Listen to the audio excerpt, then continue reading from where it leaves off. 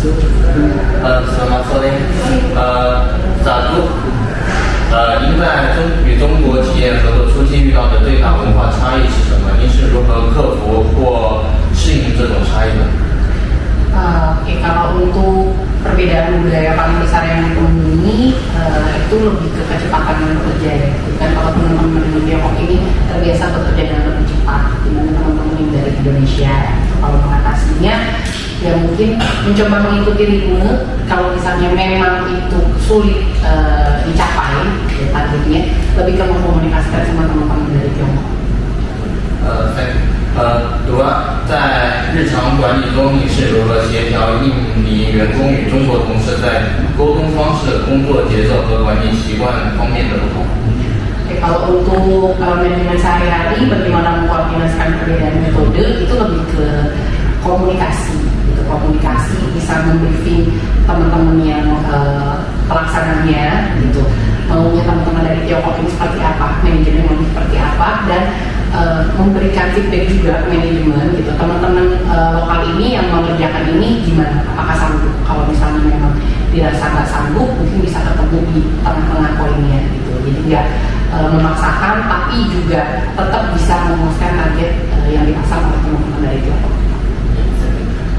这个，您认为印尼员工在文化上有哪些优势和挑战？与中国员工相比，在工作态度或执行方式上有哪些不同？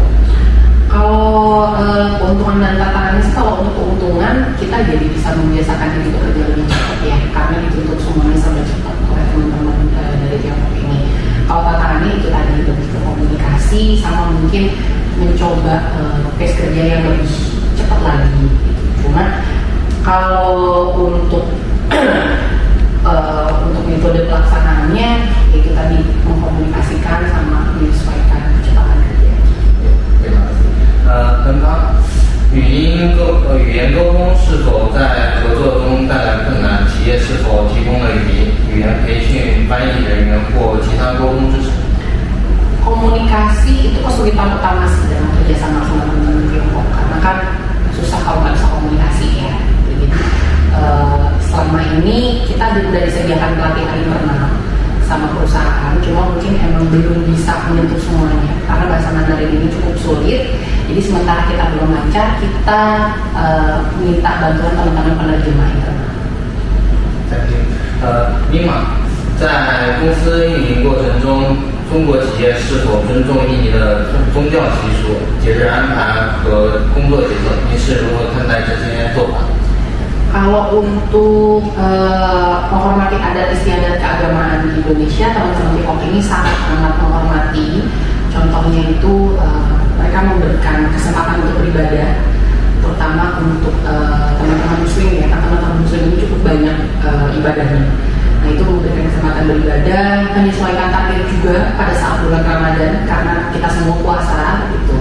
Memberikan fasilitas untuk berbuka dan sahur gitu, jadi mempermudah teman-teman muslim dalam menjalankan ibadahnya dan meliburkan sesuai dengan hari libur keagamaan juga. 那中国企业是否尝试将中国文化融入公司文化？您对这些变化有什么感受？ Kalau mengintegrasikan ya banyak hal-hal yang coba dimasukkan sama teman-teman Tiongkok ini, budaya-budaya dari mereka dimasukkan ke kebiasaan kita. Contohnya mereka cukup heboh kalau misalnya perayaan tahun baru Imlek ya, gitu itu cukup heboh perayaannya di perusahaan. Lalu dalam perayaan-perayaan tertentu juga mereka merayakan dengan budaya mereka gitu. Kalau dari saya pribadi sih nggak ada masalah ya, selama itu memang tidak bertentangan dengan norma atau kebiasaan yang ada di sini gitu, itu nggak masalah, malah jadi memperkaya budaya yang ada di sini. OK， 就在产品或服务本地化方面，您是否看到公司做出了一些文化调整？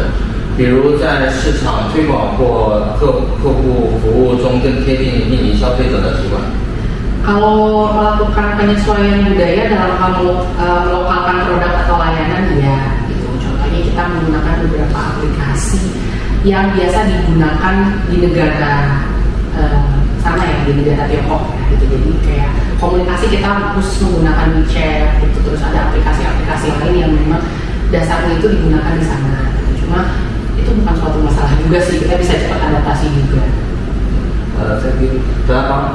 公司是否重视印尼籍公司是否重视印尼籍管理人才的培养？您是否接受过关于中资企业文化管理理念方面的培训？您的适应过程是什么样的？ Kalau perusahaan mementingkan pelatihan talenta manajemen yang di Indonesia ya, jadi nggak cuma teman-teman pekerja asal Tiongkok aja yang mendapatkan pelatihan gitu, tapi teman-teman lokal juga diperhatikan, baik soft skill maupun hard skill gitu. Kalau untuk budaya, apakah mengambil kebiasaan konsep manajemen Tiongkok, iya, dan kami juga mendapatkan pelatihannya gitu ya.